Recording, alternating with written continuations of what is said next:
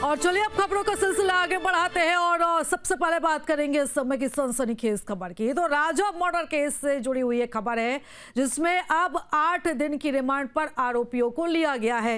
सोनम के साथ साथ सभी आरोपी 8 दिन की पुलिस रिमांड पर रहेंगे और आज इन सभी आरोपियों का आमना सामना हो सकता है। पुलिस क्राइम सीन भी रिक्रिएट करा सकती है और इसी के साथ साथ इस मामले में बड़ा अपडेट ये है कि सोनम रघुवंशी से इंदौर ले जाकर भी पूछताछ संभव है, क्योंकि ये दावा भी किया जा रहा है कि हत्या के बाद 25 से लेकर 27 मई के बीच सोनम इंदौर में रुकी हुई थी। वो इंदौर वापस आई थी और यहाँ पर उसने 2 से 3 दिन का समय बिताया था और इसलिए सोनम को इंदौर भी लेकर आया जा सकता है और यहाँ पर उससे पूछताछ की जाएगी। और चलिए इस खबर पर ज्यादा जानकारी लेंगे, हमारे सहयोगी अतुल हमारे साथ जुड़ चुके हैं। अतुल, अभी इस पूरे मामले का पर्दाफाश होना बाकी है, कई ऐसे रहस्य है, कई ऐसे राज है जो सामने आना बाकी है और बड़ी अपडेट अब ये निकलकर सामने आई है कि हत्या की इस घटना को अंजाम देने के बाद सोनम वापस इंदौर आई थी। उसने 2 से 3 दिन का समय यहाँ पर बिताया था और अब इसलिए उसे इंदौर वापस लेकर आया जा सकता है।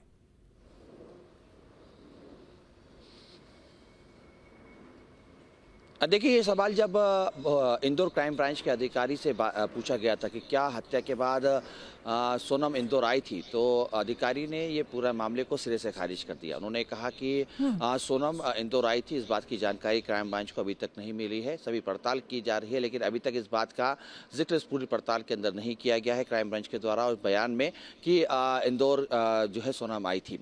इसके अलावा अगर हम देखें तो देखिए, चूँकि अब 5 आरोपियों को पेश कर दिया गया है और रिमांड पे है, तो ऐसा मान के चला जा रहा है शिवांग पुलिस जो है तमाम एंगलों से जांच करती हुई दिखाई देगी। सबसे पहले आज सभी आरोपियों को क्राइम सीन पे ले जाया जा सकता है, वहाँ पे क्राइम सीन को रिक्रिएट किया जा सकता है। और अभी तक हम देख रहे थे प्रीता कि किस तरीके से तमाम आरोपियों से अलग अलग तरीके से पूछताछ की जा रही थी।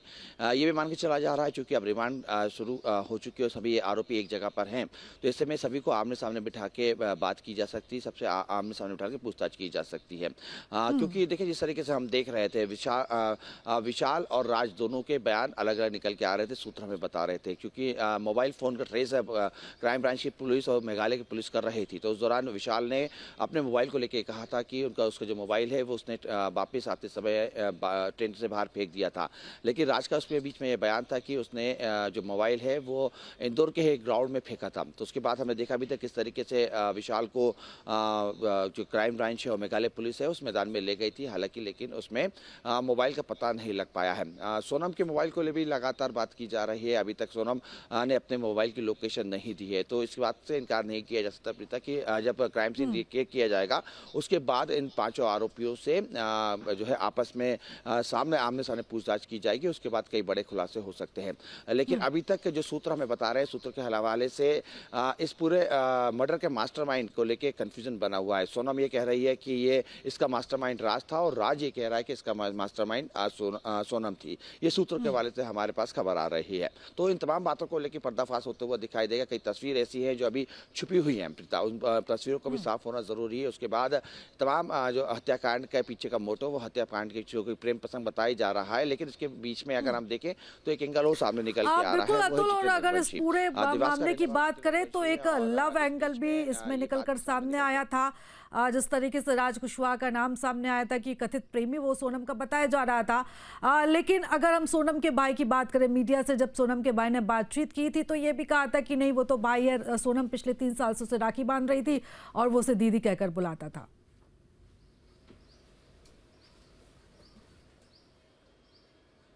देखिए, बिल्कुल प्रीता, सीधे तौर पे यही कहा जा रहा था और ना केवल राज के भाई, ना केवल सोनम के भाई गोविंद ने ये बात को कबूल किया कि वो भाई बहन का रिश्ता कहलाता था, बल्कि राज के घर वालों भी यही कह रहे थे कि राज की जो बहन है कि राज जो है वो सोनम को राखी बांधता था।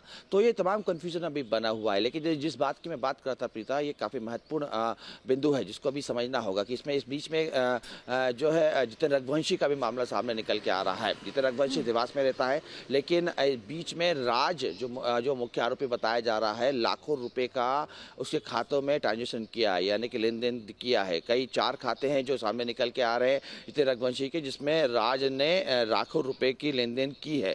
तो उसको लेके भी कहा जा रहा है कि ये हवाले का पैसा हो सकता है। लेकिन इस बात की अब जांच की जा रही है कि क्या वाकई ये जो लाखों रुपए के लेन देन किया गया था, इसके पीछे कोई हवाला का हाथ है या कि केवल, क्योंकि अब ये भी बताया जा रहा है कि जितेंद्र रघुवंशी जो है वो सोनम के मासी का लड़का है और ऐसे में वो भी कहीं ना कहीं व्यापार से जुड़ा हुआ है, तो उसी एवज में इन पैसों का लेन देन होता था। और गोविंद ने भी इसी बात को लेके कहा कि जो जितेंद्र रघुवंशी है वो उनके परिवार का मेंबर है और उसी खाते में इसलिए लेन देन किया जाता था। लेकिन लाखों रुपए का लेन देन और उसका अभी तक ये जानकारी नहीं मिल पा रही है कि आखिर वो लेन देन क्यों किया जाता था। तो एक कयास ये भी लगाए जा रहे हैं कि हवाले के पैसे हो सकते हैं। इस एंगल से भी अब पुलिस जांच करती हुई दिखाई देगी।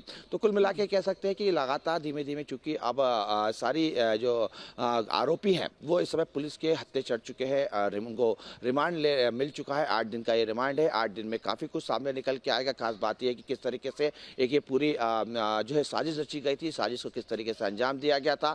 सोनम जो 700 रुपये कह रहे हैं कि उसको अगवा किया गया और उसके बाद उसका लूटपाट की गई और राजा की हत्या किसी अन्य लोगों ने कर दी। इसमें कितना एंगल है? राज जहाँ से 700 रुपये कह रहा है, इन लोगों ने कबूल कर लिया। क्राइम ब्रांच इंदौर स्पष्ट रूप से कह रहे हैं कि यहाँ पे जो आरोपी थे चारों ने इस बात को कबूल किया है कि उन्होंने हत्या की है। तो ये तमाम जो तस्वीरें हैं वो कहीं ना कहीं एक अब धुंध जो है उन पर से हटती हुई दिखाई दे रही है। लेकिन अभी भी कई ऐसे सवाल है उसके ऊपर जानकारी नहीं, क्योंकि राज इंदौर से बाहर गया नहीं, ये सामने निकल के आ रहा है। और पूरे तरीके से रहस्य पर से पर्दा उठना अभी बाकी है। आप लगातार नजर बनाए रखिएगा। फिलहाल बहुत धन्यवाद तमाम जानकारी साझा करने के लिए।